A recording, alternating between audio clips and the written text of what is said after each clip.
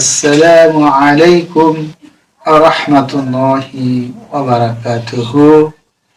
উপস্থিত, আল্লাহ সুবহানাহু ওয়া তাআলা আমাকে সুস্থ রেখেছেন এবং আশা করি আল্লাহ সুবহানাহু ওয়া তাআলা আপনাদের সকলকে সুস্থ রেখেছেন। সকলে বলেন আমিন।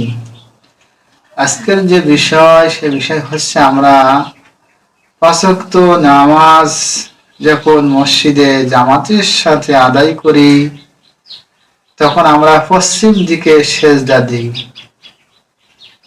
এই 5 বার আমরা পশ্চিম দিকে সেজদা দিই, কারণ পশ্চিমে আল্লাহর ঘর কাবা শরীফ আছে, এই জন্য কাবার সম্মান আমরা করি।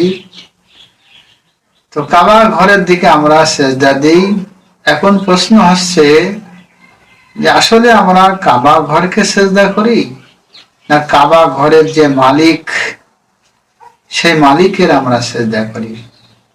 আসুন আমরা সকলে কমেন্ট করে জানাই আসলে আমরা কাবা ঘরকে সেজদা দিই না কাবা ঘরের মালিকের সেজদা দিই।